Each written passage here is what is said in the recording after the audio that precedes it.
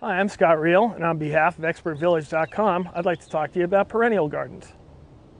Edging the perennial bed is the only way I know to keep the lawn and the perennial bed separate.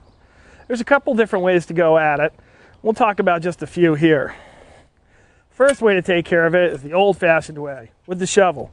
And a good hand-cut edge is a good way to edge your bed. Just make sure you pack that edge really deeply.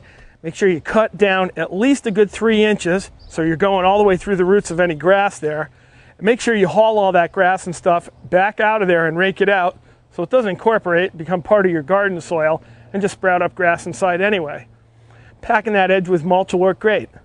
But that's a lot of work year after year. For me, it was a lot easier to do it once, go back in, and install an edging.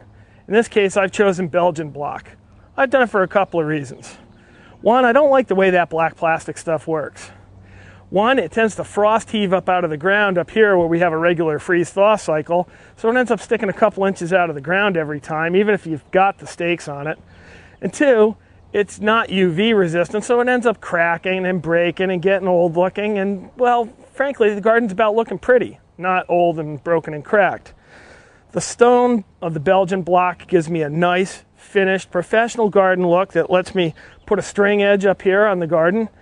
Helps keep my grass in this side, helps keep my mulch in on this side. So when you're putting your perennial bed in, consider the expense, consider the time, whether or not you have it to make a hand edge, and most of all, consider the aesthetic, consider what you're going for. I think you'll agree, spending a little money to put a nice edge in there is well worth it.